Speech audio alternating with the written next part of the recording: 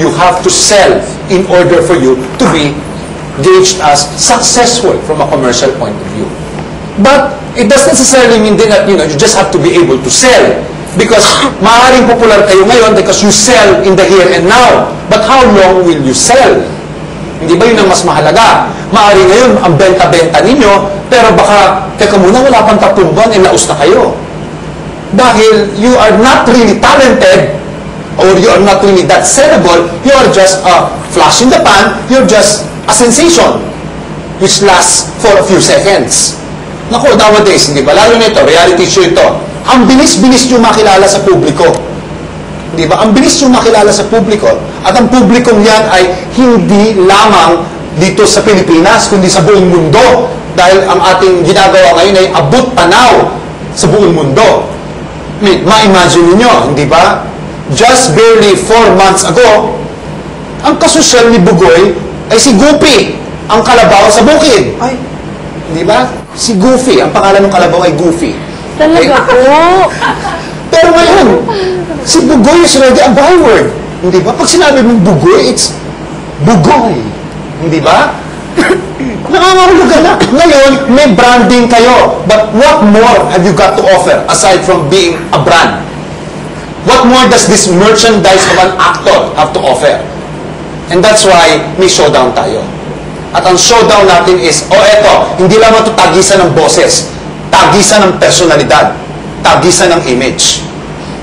What you're going to do is to show the public, this is who I am, this is what you are buying. You want to buy me, you buy me kasi I am unique. Why am I unique? Because I am Bugoy from Camarines Sur, right? Camarines Sur. You know? Farmer's son 4 months ago, but singing sensation now. Okay? This is Sen. Okay? I'm no longer merely the cancer survivor. I am Sen, the singer. This is Bunny. Okay? Mommy by day, hot mama by night. Okay? Gets nyo? Okay? This is Miguel. Okay? Winnie the Pooh by day. Okay?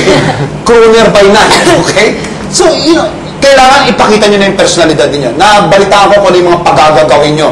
Okay? Sa Sabado. It's not a matter of yung katapat ninyo. Ang kalaban nyo rin ang inyong sarili.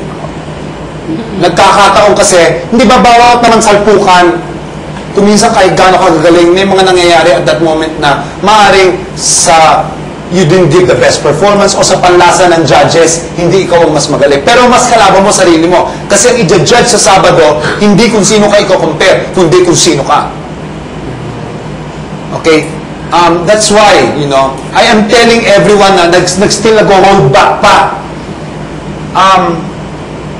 Boys and girls, mag-strategize na kayo. Okay? We're halfway done. Okay? Tandaan niyo ilang libo kayo nag-audition. Ngayon, 10 na lang kayo with our guest scholar. You reached this far. So now, kailangan ang bakbakan, mas may foresight na kayo at mas may planning. Okay? You have to strategize na. Do you give your all? You give a little bit of your all bit by bit. So that by the grand night, when there are only so many of you left on stage, you can still surprise the audience. Alam mo, di ba, remember yung aking sinabi sa inyo before? The secret formula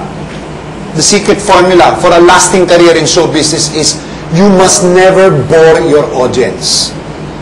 You must never be predictable. The moment na naging predictable kayo, you bore your audience and you bore yourself. Miguel, what is meant by a comfort zone? Would you tell them? You go into a comfort zone. Ano yung comfort zone?